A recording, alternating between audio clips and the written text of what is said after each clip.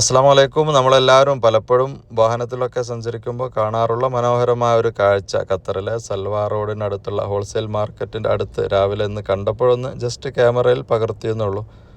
ഒരുപാട് പ്രാവിൻ കൂട്ടങ്ങൾ, അവരെല്ലാവരും കൃത്യസമയത്ത് നമ്മളൊക്കെ ഡ്യൂട്ടിക്ക് ഇറങ്ങുന്നതിൻ്റെ മുന്നേ തന്നെ വളരെ ഊർജ്ജസ്വലരായി അവരുടെ ഉപജീവനത്തിനായിട്ട് ഇറങ്ങിയിരിക്കുകയാണ്. കുട്ടികളൊക്കെ അവർക്കിങ്ങനെ ഭക്ഷണം ഇട്ട് കൊടുക്കുന്നുണ്ട്, തീറ്റ ഇട്ട് കൊടുക്കുന്നുണ്ട്. നല്ലൊരു മനോഹരമായ കാഴ്ച.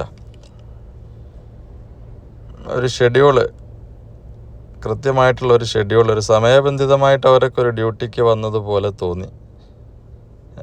അതോടൊപ്പം തന്നെ ഇതേ സ്ഥലത്ത് എപ്പോഴും പാസ് ചെയ്യുന്ന ഒരു സ്ഥലം ആയതുകൊണ്ട് മടങ്ങി പോകുമ്പോൾ വെറുതെ ഒന്ന് വന്നു നോക്കി. അവിടെ ഒരൊറ്റ പ്രാവ് പോലുമില്ല.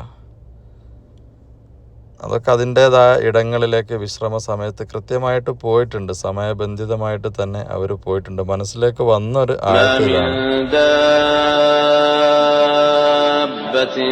في الأرض إلا على الله رزقها ويعلم مستقرها ومستودعها كل في كتاب مبين.